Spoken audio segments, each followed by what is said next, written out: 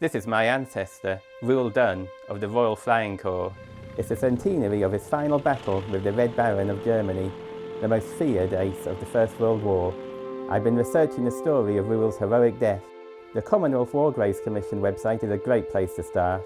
I want to visit Reuel's last resting place, but I'm going to start my journey near the little village of Hell, where the drama unfolded. So here we are at the crash site.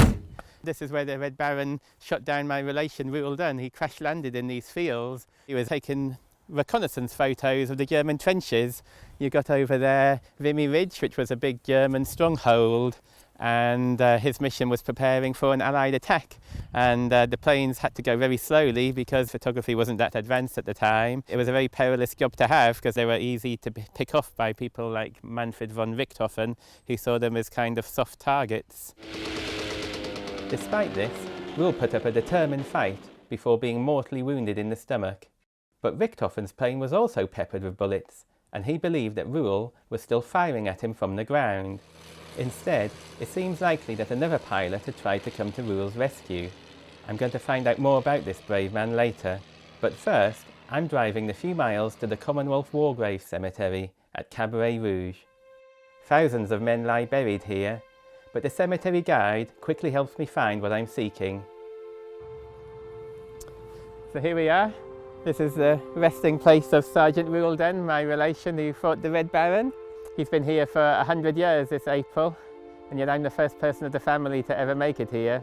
If you have a look closely, you can see the badge of the Royal Flying Corp. That's a First World War organisation. It was superseded by the RAF, the Royal Air Force, but you don't see many RFC badges around, and I'm really glad to see that even a century later his headstone and grave are all in such perfect condition. He's obviously well looked after, and the cemetery is a beautiful resting place. I found my relation, but what about the mysterious man who tried to save him? It turns out he was called Charles Etienne de Berinet, and despite the name, he was another RFC pilot.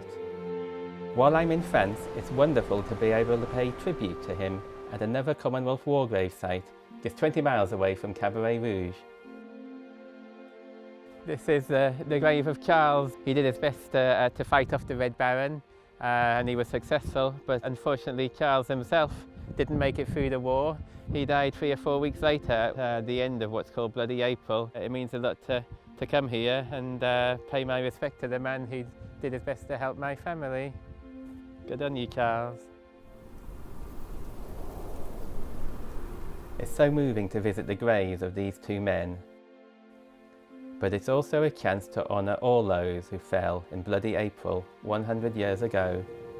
Every one of them remembered by the Commonwealth War Graves Commission.